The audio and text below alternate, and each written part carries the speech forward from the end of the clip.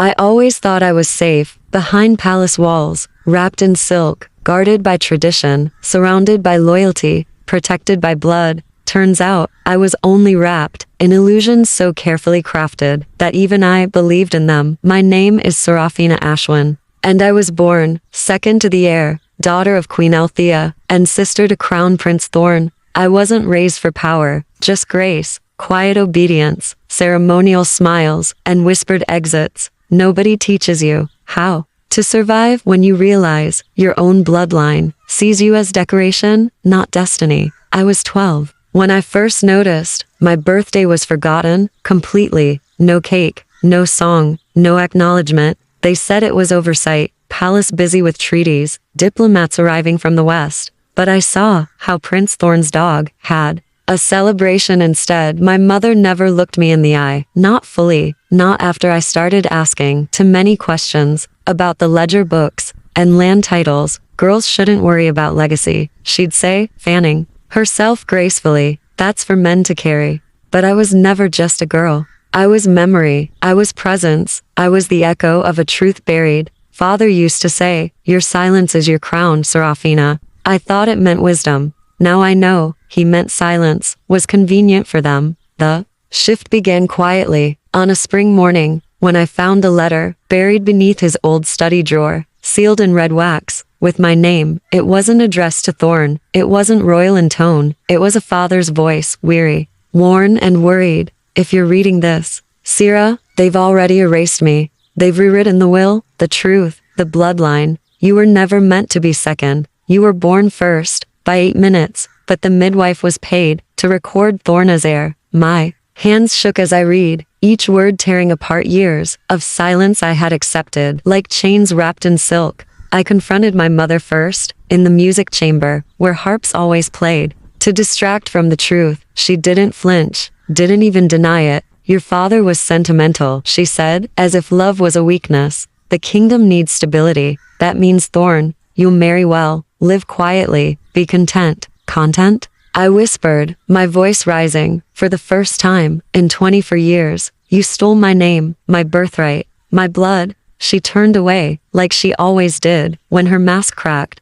That night, I opened the sealed vault. The one father said only I had the true code for. It clicked open easily. Inside were copies of the original birth records, the old will, and 2 rings. One belonged to the Ashwynn line, the other, my grandmother's queen, Leora, the rebel ruler, the only queen crowned by vote. My hands trembled as I held them. History throbbed in my palms. I spent the next weeks not mourning, but preparing. The world saw me as gentle. I needed them to keep seeing that, because when power moves quietly, it shakes louder than war. At the royal summer banquet, with every noble present, I smiled. I wore mother's old gown, the one she banned me from. It was navy velvet, with silver stitching, the embroidery of hawks, symbols of the true line. Thorn raised a toast, announcing his engagement to Lady Betrayal, daughter of the Northern Warden. Applause echoed. Wine poured. I stood quietly until his speech ended. Then I stepped forward. If I may speak, dear brother,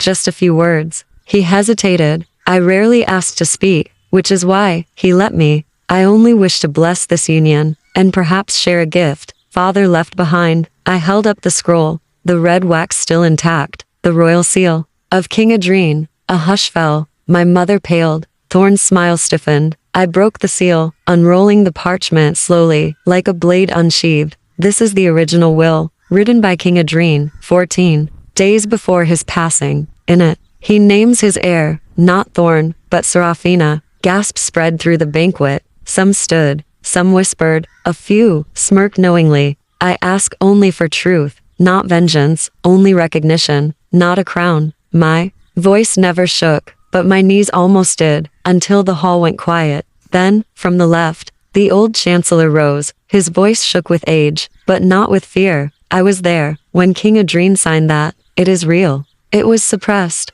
My mother stormed out. Thorn followed. I stood alone, but not powerless anymore. That was just the first night. The battle didn't begin with swords or soldiers. It began with whispers, echoing louder than trumpets. I withdrew all funding from royal celebrations, froze the southern estate accounts, and revoked palace servant permissions. Within days, The engine of the Ashwynn family halted completely. Thorn came to my estate, furious, pacing outside the iron gate. "You're ruining everything," he screamed. "No," I replied through the intercom. "I'm restoring what was already mine, and that was just day 4.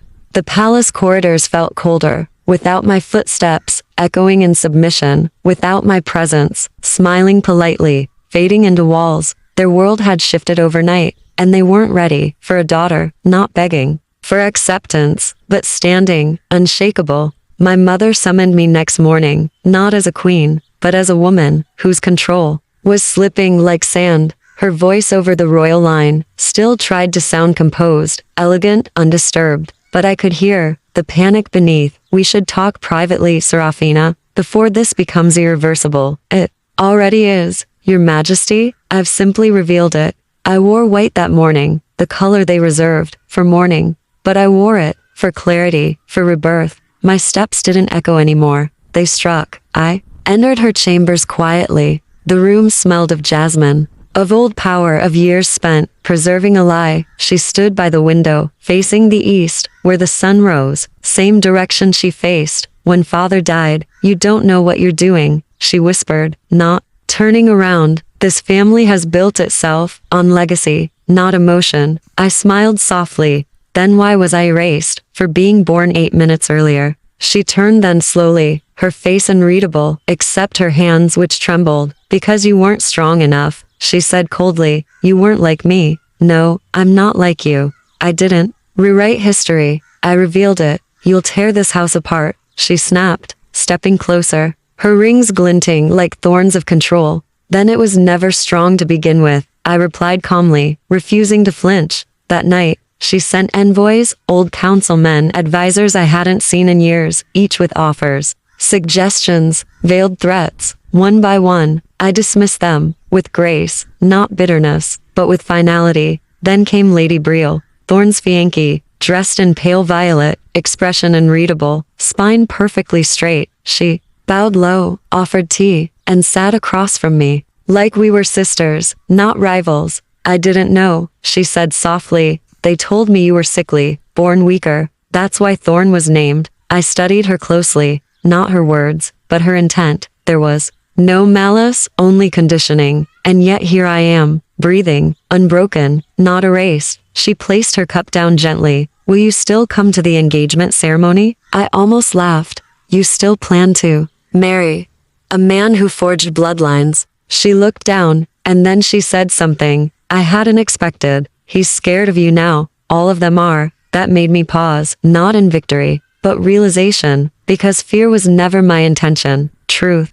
was, restoration was, peace even, but they had ruled too long, believing silence was submission. 2 days later, I entered the royal archives, not publicly, but through the servant passage, the one father built, when he still believed in preparing his daughter. I went straight to the hidden alcove, where the throne lineage books were kept, sealed in glass, untouched by hands, untouched by honesty. The pages were crisp, ink fading only slightly, until I reached the year of my birth. There it was, entry 2-419, Thorn, Seraphina Ashwynn, crowned heir, by first light. Underneath it, another entry crossed out, faint, barely visible. Seraphina Ashwynn, born first. My hands hovered over the page. Then I gently lifted it, replaced it with the true one. The seal was original, father's handwriting unmistakable, the correction inked in gold. When I emerged, the guard at the east wing bowed, not out of fear, but recognition. Whispers had spread, court ladies stared longer, stable boys stopped sweeping,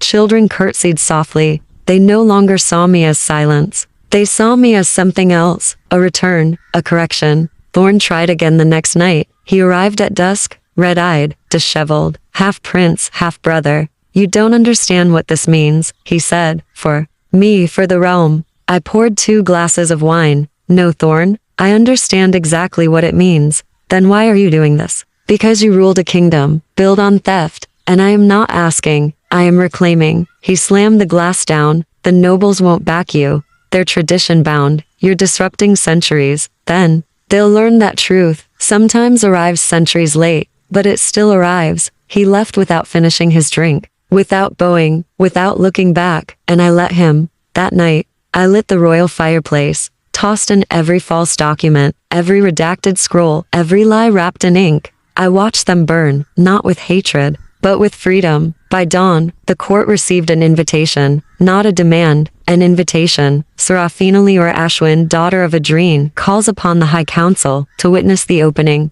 of the sealed royal testament. The date was set, the council gathered, the court overflowed. My mother arrived last, alone, dressed in mourning gray, her face unreadable again. I entered through the main hall, no longer through the servant door. I walked directly to the high platform. In my hand, the testament scroll, father's seal unbroken, my fingers unshaking. This scroll was left sealed by King Adrien. Per law, no one was permitted to unseal without his heir's presence. The chancellor nodded solemnly. Are you ready, Lady Seraphina? I unrolled the scroll, the hall silenced, each word spoken, not just for memory, but for correction. To my heir, my firstborn, my rightful blood Seraphina, I leave the crown, the lands, the legacy. A gasp, a pause, and then the sound of 100 hearts realigning. My mother stood, but did not object. Not this time. My brother stepped back, not out of fear, but understanding, and for the first time, the silence didn't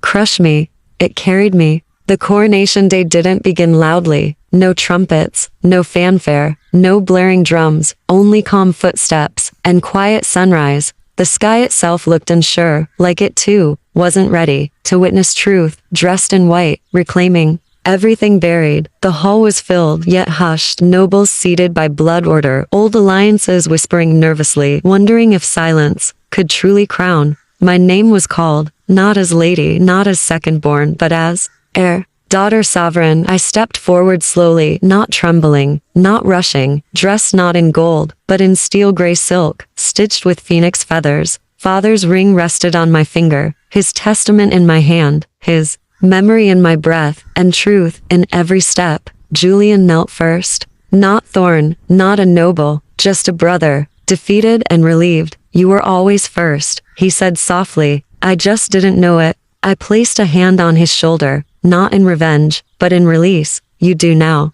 Then came the crown, the same one they had hidden, behind velvet glass, away from my reach, like I was danger, not heir. The old priest held it high, murmuring rites only told during true line coronations. He looked at me, aged eyes wide, like history itself, watching through him. Seraphina Ashwynn, born of Adrien, truth's vessel, silence's daughter. The realm calls you. Do you accept? I accept. He lowered the crown. It was heavy, not just gold, but decades, not just duty, but erasure. When it touched my head, the chandeliers flickered as if the castle had been holding its breath for far too long. The applause that followed was not thunderous. It was rising, like waves remembering the shore. Afterward, I walked alone, through the garden path, toward the Ashwynn fountain, where father once told me, the truth always finds water. A young maid followed quietly, holding a sealed box, wrapped in black velvet, with the royal seal.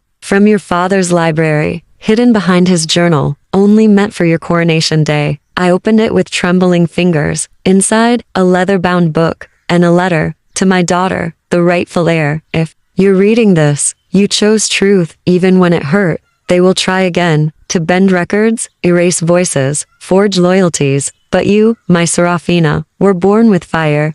Your mother feared it, your brother envied it, but I trusted it. This crown is yours, not because you claimed it, but because you remembered. I folded the letter carefully, placed it near my heart, and turned back toward the hall. My mother awaited inside, standing alone, her hands bare. No jewels, no veil, only age and regret. You burned it all. Even the silence, she said quietly. No, I replied. I made the silence speak. She nodded once. So what now? Now we rebuild, with the truth, with voices restored, with laws that serve, not silence. And what of me? She asked, her voice suddenly small. I walked closer. You may stay, as a mother, not a queen. If you can carry the weight of what you buried. She turned away, and I didn't stop her. Some battles end quietly, and that was enough. Later that evening, I entered the royal library, sat by the fire, and opened the leather-bound journal. Inside were his last entries, written in his final weeks, as his heart failed, but his faith remained steady. She will rise, the quiet one. She will not need armies,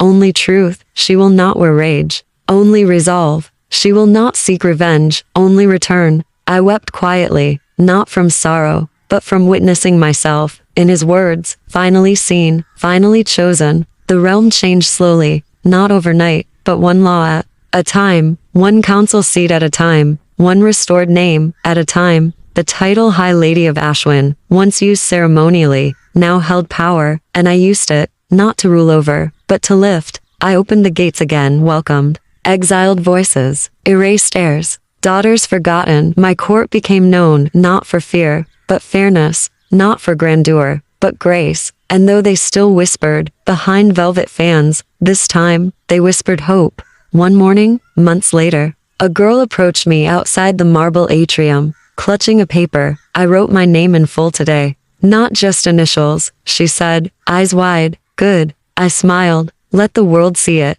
Thorn never returned to power. He took to sailing, charting waters unknown. In every letter, he signed, to the true queen, mother, remained in the West Wing, quiet, aging. She planted lavender, and never rewrote another scroll. And me? I ruled, not with fire, but with ink, with memory, with stillness. I kept the ring on, not for display, but as weight, a reminder. Some nights, I walked barefoot, through the palace, tracing the same steps I once took unseen. Now, every echo spoke back. You were here, you mattered, you never disappeared. The final entry I wrote into Father's journal was simple. The silence is over, and I am home. And when I closed it, the wind outside shifted, and I knew he was listening.